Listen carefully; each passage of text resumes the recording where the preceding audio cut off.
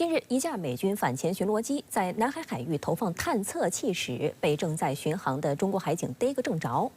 事实上，美军在南海周边部署反潜探测器早已不是什么秘密，但在中方眼前公然投放并被抓个现行，实属罕见。其中有何玄机？来看报道。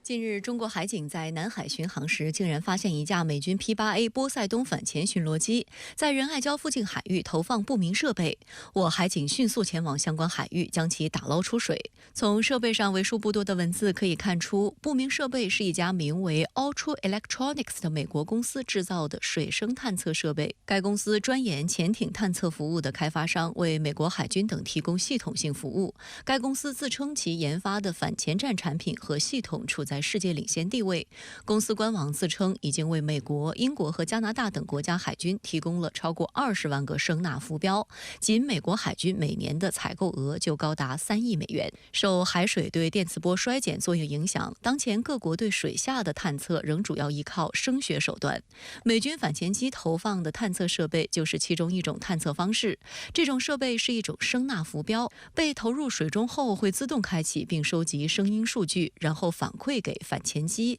经由机载系统分析处理后，反潜机就能获知敌方潜艇坐标并选择打击方式。专家分析，其能探测中国潜艇的信号，还能跟潜艇进行信号对抗。若任由其在水下部署，将严重威胁我潜艇的航行安全。除了定位潜艇以外，声纳浮标等水下探测器还可以用于测绘海底山脉、收集海洋噪声等水文数据，以便为本国潜艇向陌生海域渗透、开展反潜战提供支持。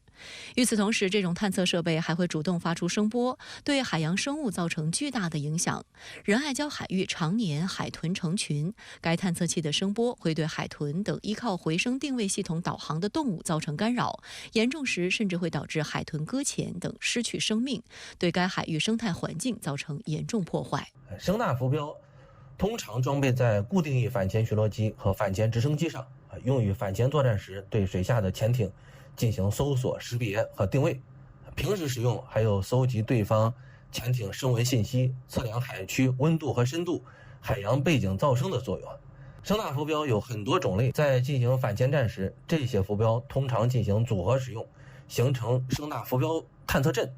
平时呢，则可以使用其中的一种或多种，用于搜索、跟踪、监视对方的潜艇，压缩对方潜艇活动范围，搜集海洋各种水文参数等。事实上，这不是美军第一次在中国周边海域投放类似的声纳浮标。除了这次被中国海警截获以外，长期以来公开报道不时就会出现沿海渔民在海上作业时捞起外国声纳及水下潜航器等军事装备的新闻。这反映出中国长期以来面临着某些国家高强度抵近侦察的严峻安全形势。一些数据也从另一个侧面证实了这一点。2020年，全球国家对声纳浮标的需求量增长40%。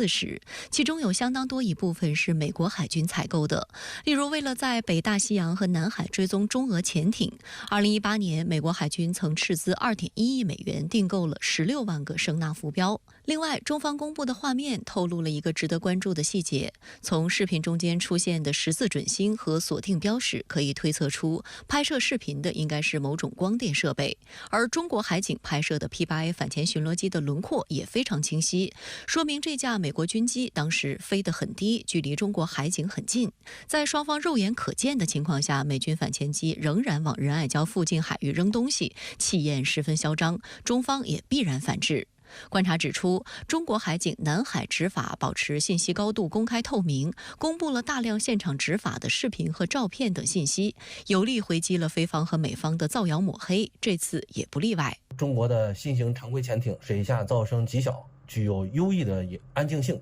在近海环境下具备非常强的水下作战能力。中国海军的战略核潜艇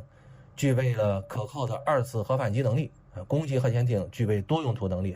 因此，美国海军就认为中国海军潜艇对其造成了越来越大的威胁，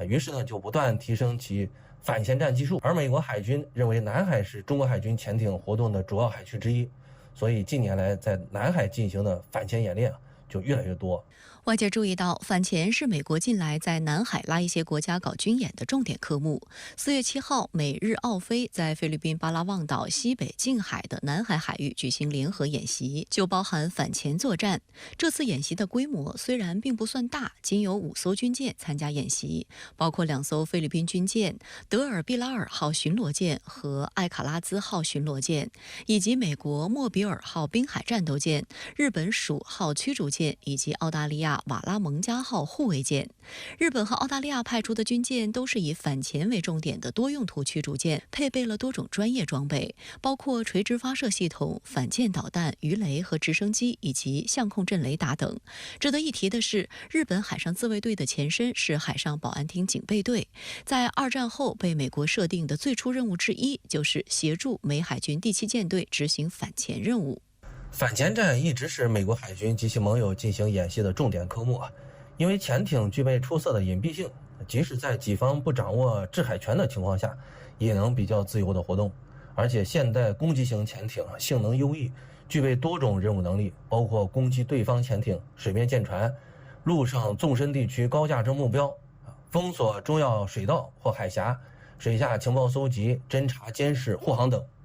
战略核潜艇更是具备打击敌方战略目标的能力是核威慑能力的支柱之一。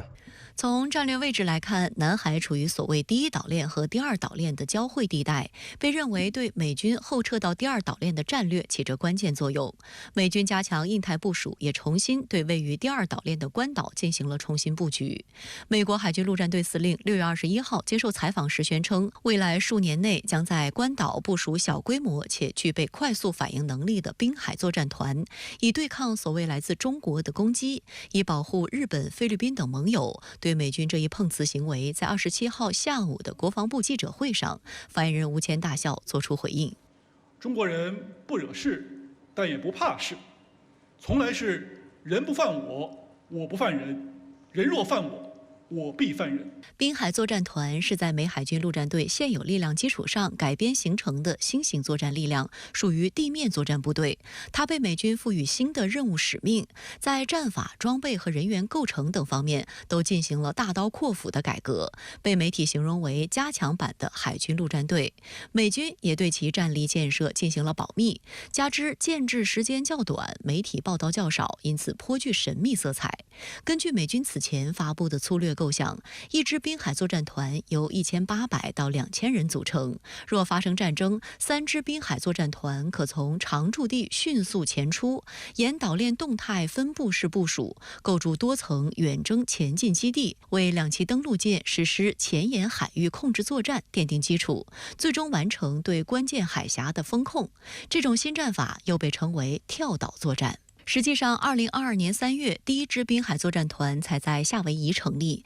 其余2支将分别在冲绳和关岛组建。按计划，这3支滨海作战团将在2030年全部具备作战能力。值得关注的是，位于冲绳的滨海作战团将依托海军陆战队第4陆战团与第12陆战团组建，预计最快2025年组建完毕。意图很明显，借此占据周边岛屿，封控关键海峡，以遏制第1岛链面向太平洋的出口。而位于关岛的滨海作战团预计于2027年至2030年间完成组建。近日也有媒体报道称，美国准备将约4000名海军陆战队员从冲绳移师关岛，还计划向夏威夷和美国本土转移约5000人。目前驻留冲绳的美军约1.9万人，整编目标是将驻防冲绳的海军陆战队兵力减少到1万人。今天的发布会现场，每一个涉及南海和菲律宾的问题都同时提到了美国。从海军陆战队所谓滨海作战团到美菲共同防御条约，再到舰机投放探测器，美方的手段花样百出，挑动地区紧张的居心看来也已经路人皆知。吴谦大校的回答也侧面指出了美方的根本动机：美国不是南海问题的当事方，怎么作都不用承担责任。据印度和美国媒体披露，及俄方确认，印度总理莫迪即将访问俄罗斯。这将是莫迪开启第3任期后首次访俄，也是他自俄乌冲突以来首次到访莫斯科。印度也成为在俄罗斯遭美西方新一轮制裁之后首个到访莫斯科的大国领导人。印度近年来不断和美国走近，但也大量购买俄罗斯能源。莫迪此访为何被美西方视为冒险？印度的两面外交能否成功？来看报道。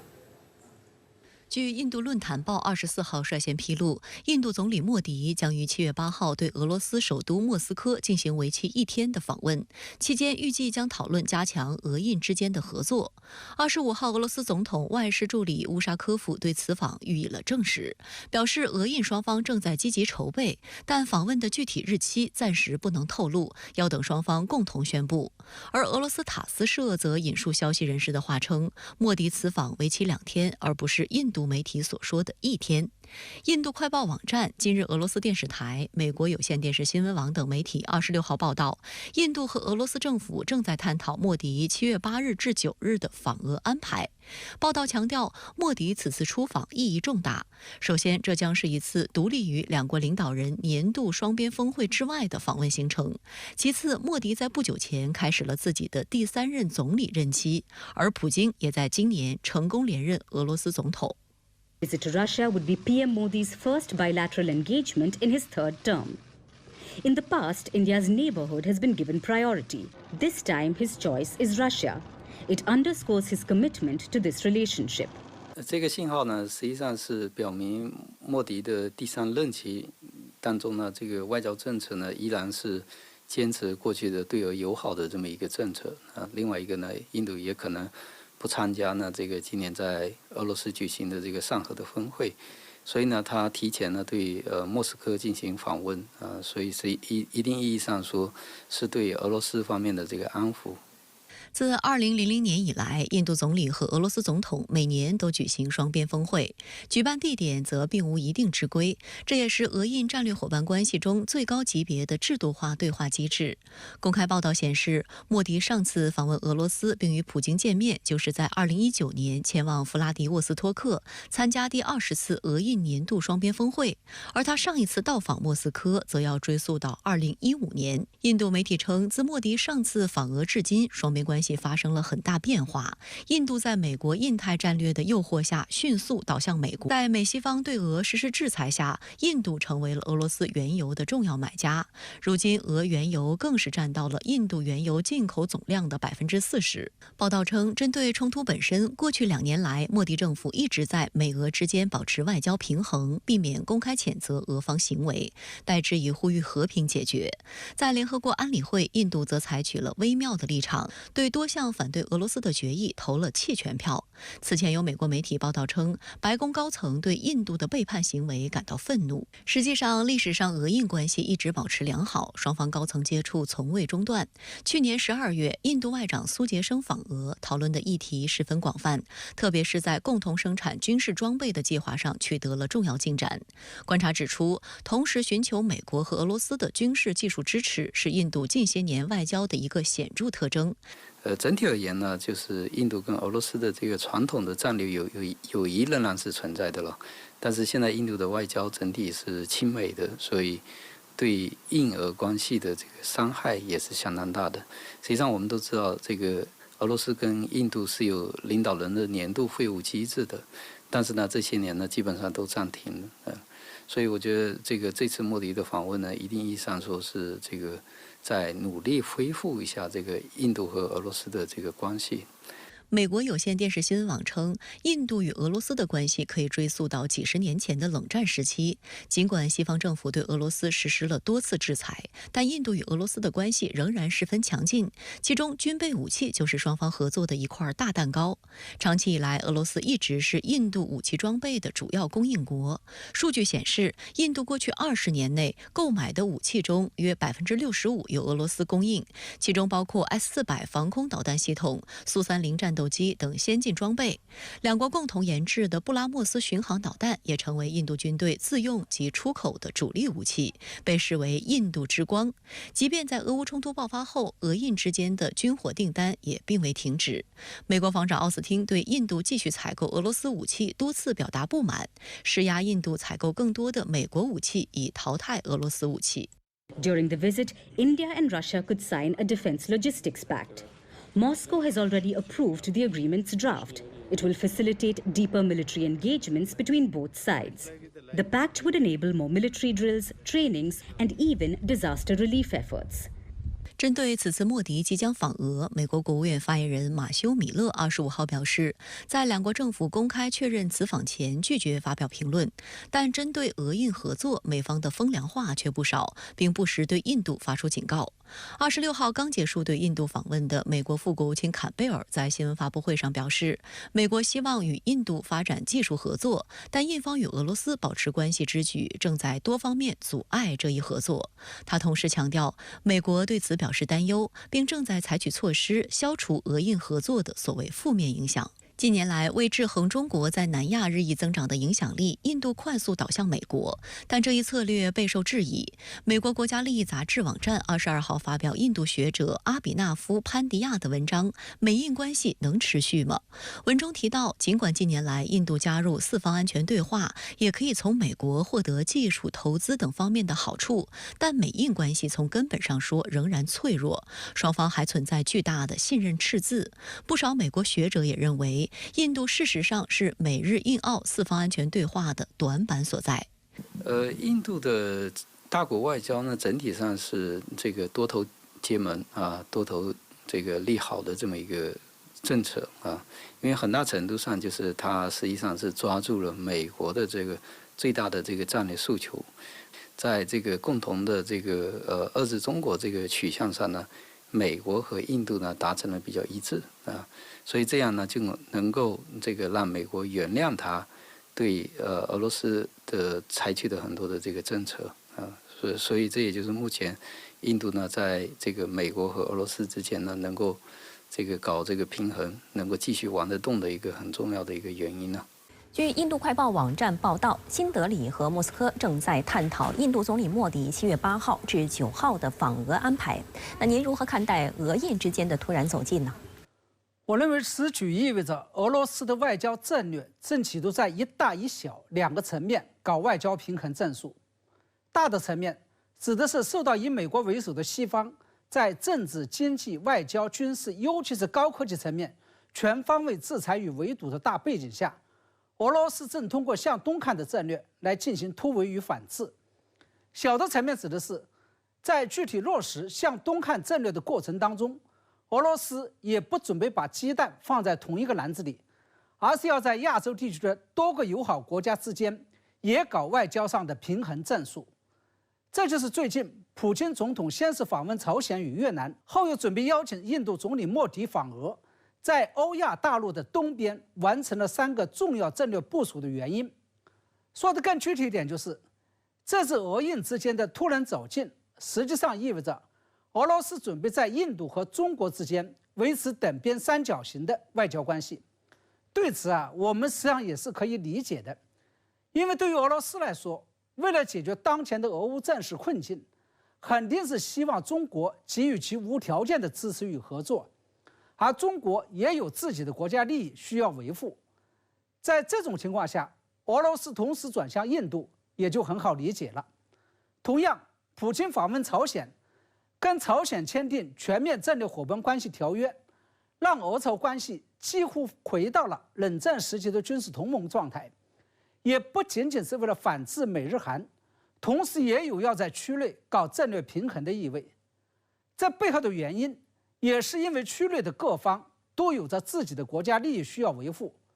对于俄罗斯来说，朝鲜可能是俄罗斯在全球范围内找得到的唯一可以向其提供大量常规武器和弹药的国家。对于朝鲜来说，俄罗斯这是可以为其提供尖端军事技术甚至是核技术的国家。而基于自身的国家安全与维护国际正义的需要，中国在半岛问题上也是有自己的底线的，也就是既坚持半岛无核化，也反对半岛深圳生乱。因此，我们既不可能完全护和朝鲜，也不可能像俄罗斯那样毫无顾忌。在俄越关系问题上，普京这次访问越南，既跟越南达成了安全上的合作协议，还涉及了海上油气资源开采问题。这也就意味着越南也想在俄罗斯、中国、美国之间搞平衡，甚至是相互制衡战术。从中我们也就可以看出，国与国之间的关系并不像一些人所想象的那样简单，那样黑白分明。这背后涉及了复杂的利益关系，也涉及了复杂的权谋与算计。那印度总理莫迪打算在这个节骨眼上访问俄罗斯，背后打的又是什么算盘呢？西方有句谚语叫“只有永恒的利益，没有永恒的朋友”。作为一个奉行现实主义外交战略的政治人物，莫迪肯定不会跟自己的国家利益过不去，而且会充分利用俄乌战事，尤其是俄罗斯与西方关系势不两立所带来的战略机遇，实现自身国家利益的最大化。我认为，虽然在俄乌战事之后，印度对俄罗斯军事武器的兴趣已经大为下降，但是其对俄罗斯廉价甚至是亏本大甩卖的游戏资源的兴趣却是与日俱增的。有西方媒体甚至披露，近几年来，印度在俄乌战事中可谓是大发了一把俄罗斯的国难财，不仅自己采购了大量的俄罗斯廉价油气，甚至还将从俄罗斯进口的油气资源转手就高价倒卖给了一些西方国家。除了实实在在的经济利益之外，我认为莫迪之所以顶着巨大的压力也要做一个逆行者，主动跟俄罗斯走近，还有外交战略层面的因素，或者说莫迪也准备在中俄印、美俄印以及中美印3个三角关系当中玩弄所谓的大国平衡，甚至是相互制衡战略。这些年来，莫迪之所以跟美国走近，甚至是加入由美国主导的印太战略、美日印澳四边安全对话机制，其主要目的就是要借助美国的力量来反制中国，尤其是要在中印领土主权纷争问题上扯美国的虎皮来做大旗。同样，莫迪这次跟俄罗斯走近，本着的也是同样的目的，也就是要利用印俄关系来制衡中国。有消息称，俄印两国有可能会签署一份秘密军事协议，允许在对方国家部署军事力量，并共享双方的港口和军事机场。这一动向值得中国高度关注。除此之外，莫迪选择跟俄罗斯走近，也有利用印俄关系来撬动美印关系的意味在里面。我们知道，这些年来，印度在发达国家和发展中国家，或者说是在东西两边游走、两边通吃，混得可谓是如鱼得水。既加入了金砖国家组织，也出席了七国集团峰会；既加入了上合组织，也出席了北约峰会；加入了美日印澳四边安全对话机制。而且从总体倾向上面来看，印度虽然脚踏两条船，但它的外交战略重心还是放在右脚上的，也就是总体上倾向于倒向美西方的。这个也就意味着，莫迪这次敢于冒天下之大不韪，跟俄罗斯走近，其真正的目的并不是真的要倒向俄罗斯，而是要利用印俄关系这个杠杆来撬动美印关系，或者说是为了在美印俄这个三角链当中让美国吃醋，从而拿出更多的诚意，带着更多的厚礼来追求印度。从这个意义上来说，真正的伤头鹰其实是印度，而不是俄罗斯。特朗普时期发动的中国行动计划结束已有2年，但针对中国学界的寒蝉效应仍在持续。近日，美国常务副国务卿坎贝尔公开宣称，不欢迎中国学生赴美学习理科，他们仅学习文科就可以了。坎贝尔还表示，希望未来能有大量印度学生填补美国理科发展的空白。美国进一步收紧中国理科生学习的门路有何意图？为何印度学生又成为他们的欢迎对象？来看详细分析。Frankly, I would like to see more Chinese students that are coming to the United States to study the humanities and social sciences, not particle physics. I also believe fundamentally that as we look to step up the numbers of people, John, that go into STEM-related activities, and there are not enough Americans, and we're going to need to recruit more and more people internationally to support those programs. I believe that the largest increase that we need to see going forward would be much larger numbers of Indian students. 当地时间周一，美国国务院第2号人物、常务副国务卿坎贝尔在参加美智库美国外交关系委员会的一场活动上宣称，美国需要在理科领域招收更多国际学生，但不欢迎中国留学生。他认为，让中国学生接触敏感技术会引发所谓安全担忧，因此中国学生去美国仅限于学习文科就好。早在2020年4月，反华的美国参议员汤姆·科顿就表示，中国学生不应该在美国大学学习理科，并称中国学生只适合从美国学习莎士比亚和联邦党人文集。外界认为，坎贝尔重复反华议员的陈词滥调，暴露出美国政客根深蒂固的冷战思维。也有在美国大选之前试图动员一些议员发动其选区选民投票支持拜登的意图。他们担心中国学生在科技方面通过学习最终能够超越美国。他这个专门谈到不是粒子科学，这个说法是很有象征意义的。我们知道80年代初恰恰是中美之间在粒子科学上面开始了这个大规模的学生交换。据我知道，当时有的在美国的某一所大学，这个粒子科学班几乎全部是来自中国的学生。如果不是这些中国学生的传承的话，这个学科在美国几乎就要断绝了。所以这个坎贝尔的这个说法，我认为对中美两国的科学交流乃至实质性的人文交流，也都将产生负面的影响。环球时报英文版发文指出，美国对理工科中国留学生说不，又欢迎中国文科生，实际上是一种类似于颜色革命或和平演变的策略，试图通过灌输西方价值观，重塑中国文科生的思想观念和知识体系，并争取将他们变成美国文化、制度和战略利益的倡导者和代言人。此前有多所美国大学校长联名发公开信，反对美国政府对中国留学生的歧视性政策。这次坎贝尔则更双标地宣称，为了弥补中国理科生短缺给美国大学造成的损失，未来美国将视印度留学生为理工科院系的最大增长来源。坎贝尔欢迎印度学生来美国大学学习一系列技术和其他领域的知识。我们知道美国自己的学生是不大愿意在理工方面下苦功的。美国的这个整个理科大面积的需要外国学生的填补。那么坎贝尔出于对中国的一种防范心理，他觉得用这个印度的学生可能更让美国放心，这是他的潜台词。但是我们也知道，实际上在美国的科学界或者说理科界，离开中国学生和老师的贡献，是很难生存下去的。在美国各大学的网站上，我们都能看到这个师资的队伍里面大量的是中国姓名的这些专家在起到主导作用。所以坎贝尔这种歧视性的说法对美国的科学界的发展是没有任何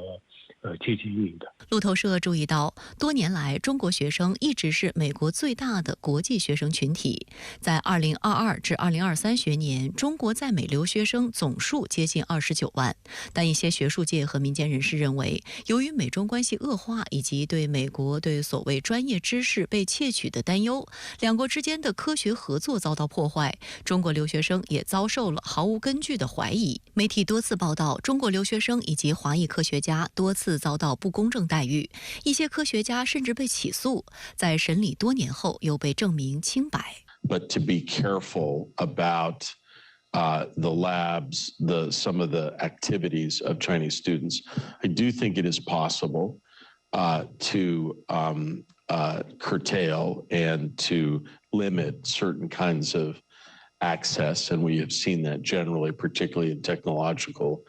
programs across the United States. 近年来 STEM 领域的中国留学生一直被美国视为所谓的国家安全威胁，不断被骚扰或盘查。STEM 是科学、技术、工程和数学的英文首字母缩写。据彭博社汇编的数据，自去年11月以来，至少20名持有效签证的中国学生学者在美国海关被禁止入境和遣返回国。还有中国媒体统计，美方近年来无端滋扰、盘查、遣返了30余名计算机相关专业中国留学生，绝大多数为硕博研究生，其中博士占比超一半，多数来自美知名高校，研究方向覆盖人工智能、信息科学、网络安全、电气、软件件工程、电子信息工程等领域。移民律师丹伯杰曾为一名去年底被遣返的中国学生代理案件。他在接受美媒采访时表示，该学生在耶鲁大学研究生物科学，原本即将完成博士学位，但在其回中国探亲后返回美国期间，却在华盛顿杜勒斯机场被美国海关遣返，并被禁止5年内再次入境。伯杰查看了这名学生和海关人员的对话记录，但并没有看到任何值得关注的事情。他说：“实话讲，我不知道他为什么被拒之门外。”伯杰还对美媒表示，在过去的6个月里，我们看到中国博士生被拒之门外的现象似乎已经形成了一种模式，这种情况比我之前看到的还要多。长期推动这样的政策，以及这种政策产出中的溢出效应，会使美国自身的发展、美国吸引人才的力度和最终的结果也会受到影响。美国舆论认为，4年前的辩论，拜登表现得过于软弱，以至于他在其后花大力气重新树立强硬人设。美国全国广播公司称，为一雪前耻，近1周以来，拜登一直和他的高级顾问待在戴维营总统度假胜地，闭关进行辩论训练，直至辩论日当天才会出关。消息人士还说，拜登今年的辩论主要为完成体力和脑力2方面目标。体力方面，他要显示以其快82岁的高龄，仍能独自站立90分钟而不显疲态。脑力方面，则是要用各种全真模拟辩论训练来完成向观众证明特朗普是最糟糕选择的辩论。为了达成这一艰巨目标，甚至还有人专门扮演咆哮版特朗普。He gave a thumbs up as he headed to Camp David for the weekend, where he'll have insults hurled at him. Attorney Bob Bauer will be standing in for Trump during mock debate sessions, yelling insults at Biden and trying to get under his skin. Playing a role. You're trying to make the experience as realistic for the person you're working with as possible. 据报道，拜登为了这次电视辩论还启动了数字作战室，在位于特拉华州的竞选总部工作室，18名粉丝总数高达800万的网红已经就位，他们将在辩论开始之后迅速拆条制作并发布拜登精彩瞬间的金句视频，引导公众舆论。有拜登团队人员表示，通过以往案例，他们意识到往往走红的都是那些未预料到的不可预测的时刻。就像在2020年副总统候选人电视辩论中，前副总统彭斯头上的一只苍蝇成为最大话题一样，与辩论胜负无关的瞬间场景反而可能对选民产生影响。They have they're helping him try to visualize the space. That's very important. Even all the way back in 1960, Richard Nixon didn't really have a good sense of the room in a debate. He spent too much time looking at the clock. People thought he didn't look enough into the camera, and it hurt him. 与拜登截然不同的是，特朗普在极力营造没有进行模拟考的松弛感人设。看起来他继续在各地举行竞选活动，并嘲讽拜登闭关。Crooked Joe's gone to a log cabin to study, prepare. No, he didn't. He's sleeping now because they want to get him good and strong. 特朗普团队表示，特朗普频繁接受媒体采访和举行长达数小时的集会，就是为辩论做准备。曾帮助特朗普准备2020年大选辩论的新泽西州前州长克里斯蒂透露，特朗普今年可能会采取更为温和的辩论方式，因为上回锋芒太盛，反而观感不好。在私下复盘时，特朗普也承认分寸把握得不够好。不过，美国舆论普遍认为，特朗普仍会用极其具有煽动性的语言风格引导选民看到拜登的弱点，从而收获对自身的支持。外界注意到，拜登和特朗普之所以如此重视这次电视辩论，是因为当前两人的支持率咬得很紧，几乎不分上下。即便是极少数选民态度发生变化，也可能影响选举结果。另外，鉴于第2场电视辩论定于9月10号举行，两人在此次辩论期间犯下的任何潜在失误，都很可能难以在短期内被弥补或挽救。据美国选举信息网站真正透明政治汇总的民调数据，截至25号，特朗普在全国民调中平均领先拜登1个百分点，在关键摇摆州，特朗普平均领先3.2个百分点。约10%的选民尚未决定在今年总统选举中支持谁。有观察指出，按这样的趋势发展，今年总统选举可能以1-2个百分点的差距分出胜负，所以候选人电视辩论的重要性不容小觑。去。I think the base has already made its mind up, and that's a lot of people. But I will tell you a group to look out for. So about 1 in 5 voters say they dislike both Joe Biden and Donald Trump. And I think these are the people who are going to make the difference in the election. And I think that, if you are Joe Biden or Donald Trump, those are the people you need to target. 需要指出的是，拜登和特朗普此次面对面交锋的地点佐治亚州也具有标志性意义。上世纪60年代前，佐治亚州常年属于民主党阵营，但在1996年之后，共和党在连续6届总统大选中拿下佐治亚州，直到拜登在2020年为民主党重新夺回这块版图。美国媒体称，佐治亚州作为人口大州之一，拥有16个选举人席位，是今年大选的关键战场州，也是左右最终选举结果的胜负手。目前多个民调显示，特朗普赢得佐治亚州的可能性为63%。如果特朗普在面对的司法程序方面不遭遇毁灭性的打击的话，这个特朗普的有利局面会维持到最后。也就是说，电视辩论不会对这次的选举产生实质性的影响，因为我们知道，两个人的辩论并不涉及实际的政策。当然，我们还会看到有一些变数，这就是司法程序对这场选举的影响，而辩论本身恰恰影响是相对是次要的。美国大选年迎来重头戏，东部时间周4晚黄金时段，拜登与特朗普的首场电视辩论将在 CNN 电视台亚特兰大总部演播厅揭幕。电视辩论全程直播，那么管先生，您对此有何特别观察吗？好的，主持人。那么这场电视辩论，它的主办方是 CNN。今天CNN 在网站霸屏的头条分析稿，就像打了鸡血，用尽各种大词，标题预告这是一场将以史无前例的方式来撼动白宫选举的电视辩论。那么极大概率会成为美国大选过去60多年来电视辩论史上的最关键的一场。但是呢，在我看来啊，穿越媒体舆论的炒作、鼓噪与喧嚣，那这场辩论也确实是刷新了多项纪录，创下一连串第一。首先，这是创纪录的高龄者之辩，那么年龄与衰老的问题必然会成为这场电视辩论的焦点之一，甚至是会成为攻击的一个标靶。对81岁的在任总统拜登，美国史上最高龄的总统候选人，90分钟的电视直播辩论，无论对脑力、体力与精力都是极大的一个考验。拜登是在意大利参加G7峰会，那么媒体拍照现场，他又走神出框。虽然意大利女总理与英国首相都曾经为他找补打圆场，但是拜登的老年认知梗又在网上刷屏了。死对头特朗普也曾再度拿自己2018年参加的所谓蒙特利尔认知评估测试来说事儿，喊话施压，要拜登也来测一测，要向美国人交代并且验证自己的认知能力。但是呢，其实特朗普也只比老拜登小3岁，他也年轻不到哪里去，岁月并没有饶过他。此前，特朗普在纽约出庭时犯困打盹，成为反特朗普阵营炮轰攻击他的又一个名场面。其次，这也是特殊身份之辩。那么，美国史上第一次在任总统与前总统为了竞逐下一届的总统而辩。那这其中一位呢，还是戴罪之身。特朗普在掩口费案中被控34项罪名全部成立，下月呢就将会量刑宣判。而在联邦政府以及州层面的另2场的这个司法诉讼也在同步进行中。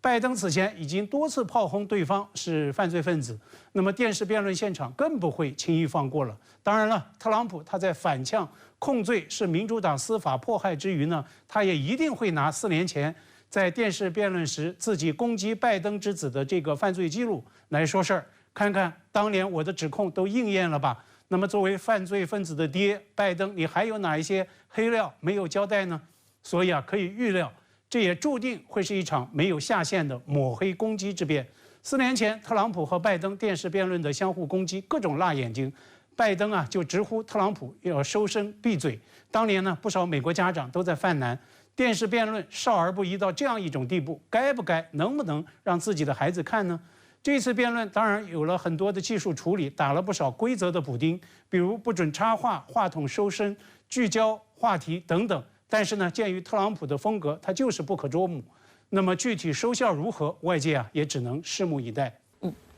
外部世界对这场电视辩论同样高度关切，那您预判2位候选人会触及中国话题吗？可以预料，外交议程呢不会是这一次辩论的焦点，也不太可能是美国选民的优先关注。那么外部世界对这次辩论的关注，归根结底是关注谁来当下任的美国总统，关注全球第一大国它的未来的路向。日语现在甚至出现了一个特定的用语，也就是假如特朗普，也就是说，如果特朗普回炉再当4年美国总统，日本将会面对到哪些个冲击？此前呢，法国总统马克龙也曾大声疾呼，欧洲要保持战略自主，要摆脱所谓的多输困局。那么他所着力论述的最大的一个焦点，就是欧洲不能把自身的命运寄托在美国选民的选择之上。那我也注意到，美媒讨论下任美国总统要面对的外交问题时，排在最靠前的一般都是俄乌冲突、巴以危机等等。但是呢，中国议题并没有缺席。《华盛顿邮报》今天刊文讨论美国新总统面对的没有容易答案的21个问题。《纽约时报》2获普利策奖的名专栏作家季思道撰文抛给2位总统候选人的一些个难题，那这其中都有涉华的议题，具体指向就是台海与南海。比如呢，季思道就在文章中向拜登追问：“你已经就所谓的军事协防台湾4度发声表态了，请做出澄清确认。”那么至于2位总统候选人身边他们那些个追随者的外交发声，那就更是满天飞了。曾在特朗普首个总统任期担纲安全事务助理的奥布里恩，近日就跳出来在权威的外交事务杂志刊文，鼓吹要以实力实现所谓的和平回归，鼓噪美中经济要彻底的脱钩。有美媒就引述特朗普前内阁高官犀利嘲讽，与其说奥布里恩是在讨论所谓的外交政策，不如说他是在作秀选美，是在以语不惊人死不休的姿态来博眼球，来争宠特朗普，谋取所谓外交政策阐释人乃至未来国务卿的位置。当然了，前提条件是特朗普能够胜选。所以现在态势很清楚，一切都是套路，一切也都是政治算计。基于政治算计与选票考量，在美国大选年的这样一种权斗场景之中，反华制华是美国2党候选人他们肯定会烂打的一张名牌。那既然马克龙都在为欧洲的战略自主大声疾呼，那么中国作为一个大国，就更应该有这样的战略自信与定力。不管美方出怎样的幺蛾子，抛出哪些个选战套路，我们做好自己的事儿，永远是第一位的。这也是我们应对外部竞争、反制、遏制、打压与抹黑攻击的底气与信心所在。